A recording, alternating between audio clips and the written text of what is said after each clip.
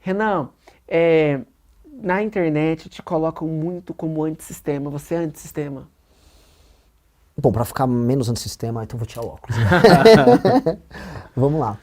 Ah, eu sou. Eu não gosto do termo antissistema, que foi uma forma como a imprensa usou para me diminuir como se eu fosse um louquinho no começo. Tá. Então, quando a imprensa falava, o antissistema aí, parecia que eu tava, sei lá, plantando bananeira. E não é o caso. Antissistema hoje no Brasil é alguém que não quer se enquadrar num tipo de jogo político que virou um jogo quase de cartas marcadas, trocados por partidos muito grandes, muito corruptos, por uma relação suja com o judiciário, com grandes empresários, boa parte daquilo que a gente chama de mercado financeiro.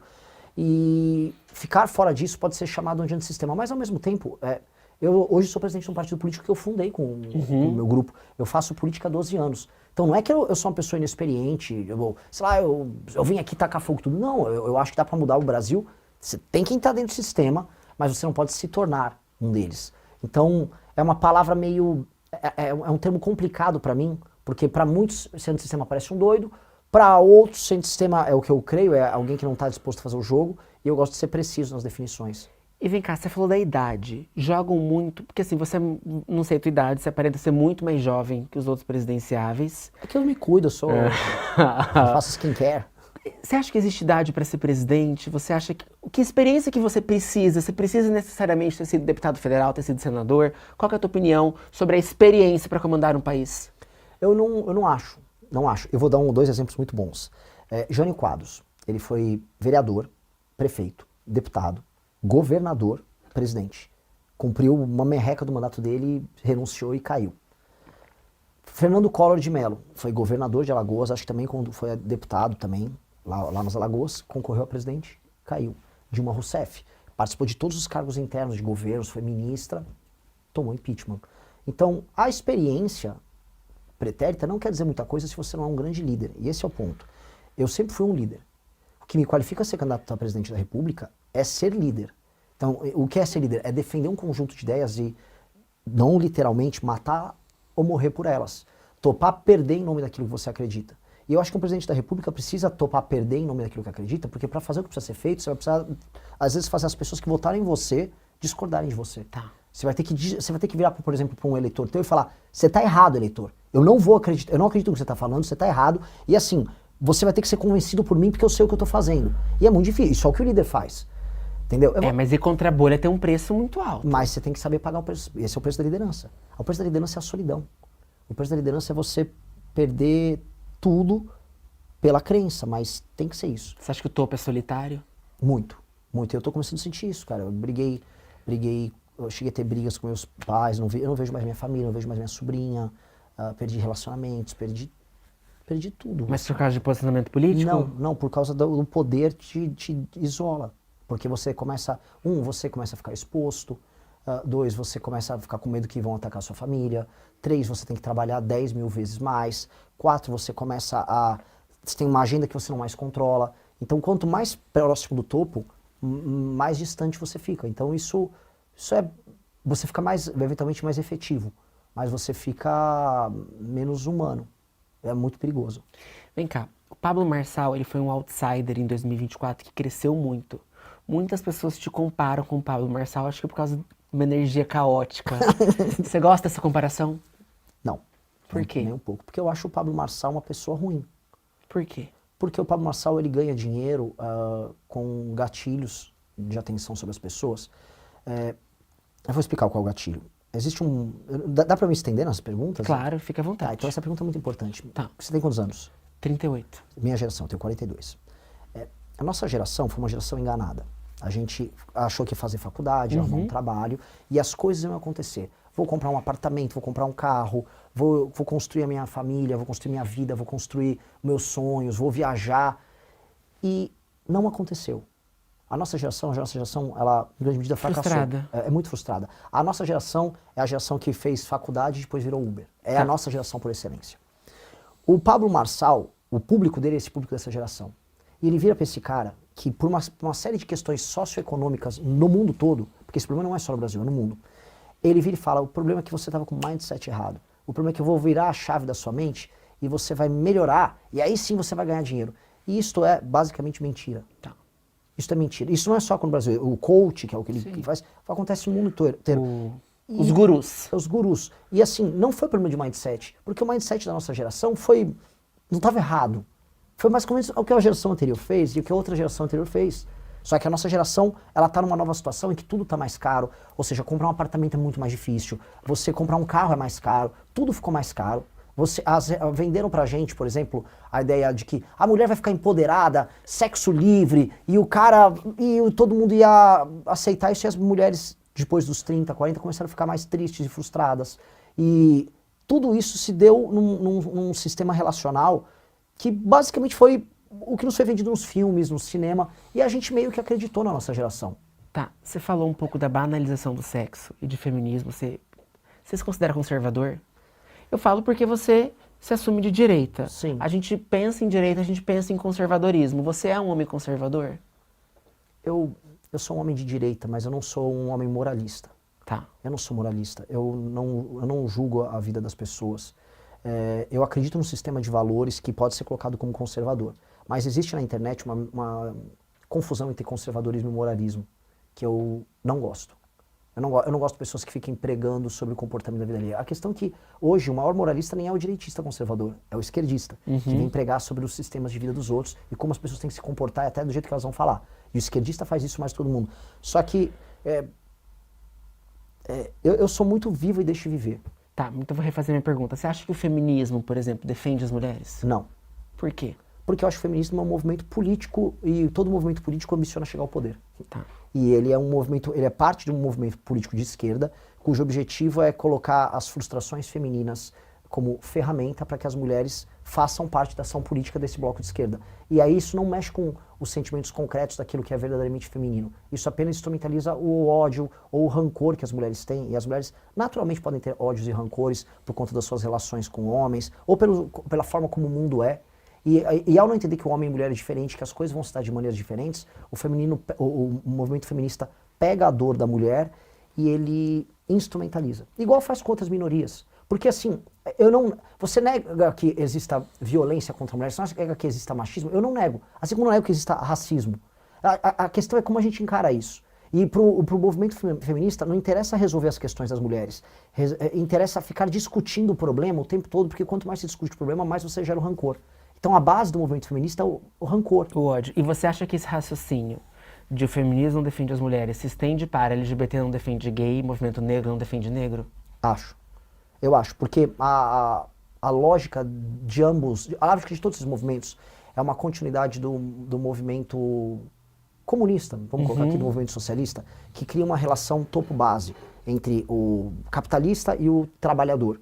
Então o trabalhador sempre é explorado pelo capitalista. Tá. Então você tem uma relação de força entre os dois, e essa relação de força tem que, vamos dizer, organizar quem está abaixo para derrotar quem está acima, através de um partido de líderes. Então o partido usava os trabalhadores para derrotar o topo.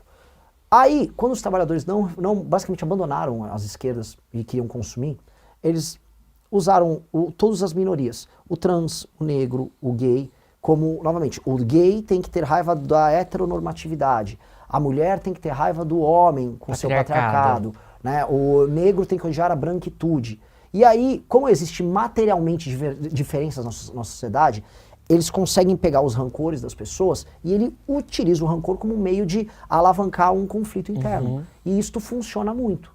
Tá. Funciona demais. E esse é um problemaço. Esse é um problemaço porque muito dinheiro é colocado nisso. Muito dinheiro, dinheiro americano. E a gente tem que combater isso, mesmo, porque são guerras artificiais. Veja só, nos anos 80 o Brasil tinha a Roberta Close. A Roberta Close era trans. A Roberta Close, ela estava em programas mainstream de TV e ninguém ligava. Os homens tinham loucura por ela. E ninguém ligava, ninguém falou, Tá. nunca houve preconceito com a Roberta Close. Como político, como você vê dizer a um gay, o movimento LGBT não te defende? Eu acho que tem que falar isso, porque não defende na prática. O movimento LGBT está, vamos dizer, defendendo a Erika Hilton promover sua carreira política. Surge um momento em que eu não sei se estou falando muito complicado, mas é que é importante. O movimento de minoria vira um fim em si mesmo. Tá. O objetivo do movimento é ser um movimento. Dane-se quais são os resultados na prática disso aí. Então, eu vou dar um exemplo. Especialmente nesse elemento trans. O Brasil é o país que mais mata trans no mundo. O Brasil mata a gente a paulada, é muita gente que morre no Brasil. Estas mesmas pessoas que falam isso não defendem aumento e recrudescimento das leis penais para todo tipo de crime violento. O que eles querem é ficar discutindo, não, porque você comete uma violência quando você não usar o nome. Não, cara, violência é um cara tomar porrada, ou um cara ser alvo de um preconceito real, baterem nele, matarem ele por conta da condição dele. E eu quero penas muito pesadas para isso, mas eles não querem discutir isso. Não. Eles não querem, porque materialmente eles só querem a discussão, porque se não tiver mais a discussão, eles não existem mais. Esse é o problema. E vem cá, só pra gente fechar o bloco do Pablo Marçal, acho que quando eu fiz minha pergunta, eu tava me referindo ao estilo de campanha. Por exemplo, o Pablo Marçal começa muito pequeno, tem uma ascensão, quase vai pro segundo turno, e ele, por exemplo, batia igualmente no Nunes e no Boulos, né? Chamava o Nunes de bananinha, falava que aprendeu o Nunes. O Boulos esfregou uma carteira de trabalho na cara do Boulos. Eu acho que quando fazem essa comparação e eu brinquei com a energia caótica entre você e o Pablo, eu acho que paira aqui a comparação. Você vê alguma similaridade nesse sentido? Tirando o fato de bater nos demais, acho que para aí.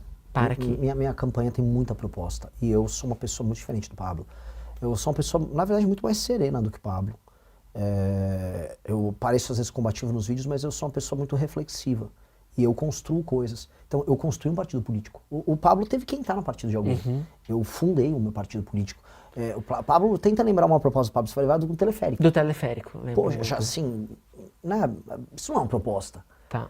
A gente construiu 6 livros de proposta e a gente financiou a montagem do partido vendendo os livros de proposta. A gente tem, assim, milhares de propostas para todos os temas que importam no Brasil e a gente tem que estudar eles. Então, o nosso negócio é um projeto muito sério para o longo prazo. As pessoas veem, ele está crescendo, ele está vindo de baixo, está fermentando. Sim, porque o fenômeno eleitoral pode parecer igual, mas são 2 animais completamente diferentes. O que eu posso esperar de você no debate? A gente pode esperar ataque?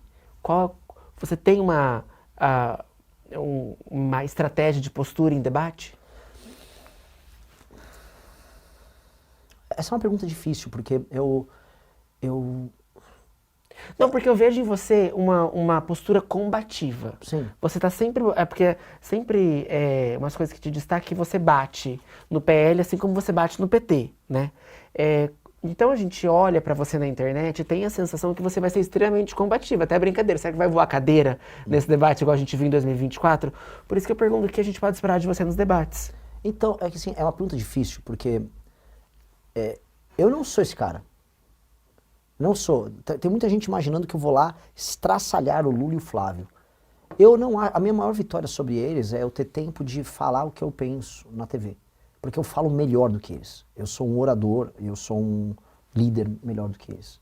E o maior perigo para eles é deixar eu falar. Não porque eu vou lá ficar falando pro Flávio que o Flávio fez rachadinha, ou vou falar da relação dele com o Ricardo, vou falar que o Lula é um cachaceiro, eu vou falar que o irmão do Lula tá no escândalo do INSS. Eu não preciso falar disso para ganhar. Eu preciso falar as minhas ideias do meu jeito e as pessoas vão entender. Então, tem uma coisa muito mais perigosa do que os ataques, que é me dar espaço para falar. E por que me dar espaço para falar? Eu tenho hoje a campanha, paradoxalmente, mais engajada em rede, mesmo sendo menor em rede do que eles. Eu comecei essa campanha, você conhece de redes pra caramba, com 100 mil seguidores no Instagram. Eu não tinha TikTok, eu não tinha nada. Porque eu veio num movimento em que as outras pessoas eram lideranças. O Kim era liderança, a Amanda era liderança, tinha o Guto, tal. Todo mundo era grande, eu gostava de ficar no bastidor. Aí quando montou o partido, o pessoal falou, vai. Eu falei, eita, então vou. Então agora eu vou começar a produzir conteúdo. E aí eu comecei a crescer. O que eu reparei, com muito menos seguidores, eu tenho um engajamento muito grande. Tá. A taxa de engajamento por seguidor é alta. Por quê? Modéstia à parte, eu sou um bom comunicador. E me deixando falar, vai. Então, por exemplo, quando eu vou no Flow, eu comparo a audiência, estão publicadas as lives. Minha versus Flávio versus Zema. Eu vou ter 8 vezes mais audiência que o Zema e eu tenho mais audiência do que o Flávio. O Caiado nem existe nessa comparação. Mas você entende de onde vem essa expectativa também? Porque do que as pessoas enxergam da internet. Eu, né, vendo os cortes que aparecem seu pra mim, muito mais atacando o Flávio do que atacando o Lula, mas sempre numa postura combativa. É porque é o corte. É o corte. E o corte tem uma seleção natural em que o que é mais agressivo roda mais. E você fomenta esses cortes? No sentido de pedir para as pessoas cortarem isso? Ou postar esses cortes, ou compartilhar esses cortes. Às vezes sim, às vezes é uma mensagem importante, mas nem sempre. O que eu acho que eu vou melhor é quando eu faço o que eu estou fazendo aqui com você. Eu quero explicar de maneira serena. Porque eu acho que também ser sol combativo é um samba de uma nota só. E vem cá, como vai ser teu tempo de TV comparado com Não os tem. outros? Não tem. Não tem. Só que o que eu vou ter, que eu acho que o mais importante que o tempo de TV, é o tempo de cobertura jornalística. Então, eu já estou em terceiro nas pesquisas. Se Deus quiser, eu vou bater 10 logo. Chegando 10, a imprensa vai ter que botar equipes. Então, onde eu vou, vai ter um cara da Band, outro cara da Globo. E aí, todo dia eu tenho entrada na TV. E aí, eu acho muito melhor do que eu botar uma propaganda, é a pessoa me ver de verdade, fazendo coisas de verdade, falando coisas de verdade. Hoje eu já tenho a Band, SBT News e SBT me cobrem já com regularidade. E aí eu falo as coisas que eu penso, eu dou uma coletiva e aí isso aparece na TV. Isso pra mim é melhor do que olhar na TV. E aí, com isso, as pessoas vão ver quem eu sou. E como eu sei que eu falo coisas que são muito verdadeiras, eu acho que as pessoas vão ver verdade no que eu falo. E como que você vê essa influência da TV hoje? Porque eu, por exemplo, não assisto televisão. Como você acha que a televisão, o horário eleitoral, ele ainda impacta o Sim. resultado da eleição? Ele impacta Por exemplo, pro Lula eu acho que impacta muito pouco. Pro Flávio Bolsonaro ele também vai impactar muito pouco. Ele vai impactar, para mim, a TV impacta, porque eu sou um nativo digital, eu sou uma figura da internet. Sendo uma figura da internet, eu venho crescendo via os algoritmos, né, via o espalhamento na rede. A TV, quem assiste hoje? Pessoas mais humildes e pessoas mais velhas. Interior, né? Interior, pessoas mais velhas, pessoas que ficam em casa há muito tempo. Essa pessoa não me conhece. Então, quando eu apareço aqui, eu desperto uma curiosidade muito grande nela. Então, eu preciso da TV, mais do que eles. Eles nem tanto. Eles vão usar a TV para fazer ataques rasos, porque é o que vocês sobre os políticos é o adversário deles. Então, um vai ficar botando um vídeo do outro, eles vão ficar ali normal, para aumentar a rejeição junto a esse eleitorado. Mas com a internet isso não é mais tão preponderante. Se você tem vontade de montar um canal de cortes para ajudar a divulgar as ideias do MBL e da missão, eu tenho um treinamento 100% focado mostrando como você pode sair do zero sem saber nada de edição, thumbnail, até você monetizar um canal de cortes e além de estar ajudando no projeto, também ser remunerado por isso. No mês de maio, por exemplo, o canal Inevitável Cortes faturou mais de 30 mil reais apenas de AdSense. O Felino Missionário e o Missão Avança, ambos fizeram mais de 1 milhão de visualizações e faturaram acima dos 14 mil reais. E se isso te interessou de alguma maneira, é só clicar no primeiro link da descrição desse vídeo ou então ler o QR Code que está aparecendo aqui no meio da sua tela agora, onde eu vou te explicar de maneira mais detalhada como você pode começar o seu próprio canal de cortes. Gostou deste corte? Então deixe seu like, inscreva-se no canal e ative as notificações. Assim você não perde os próximos vídeos e ajuda o Brasil Politizando a levar mais informação e debate para cada vez mais pessoas.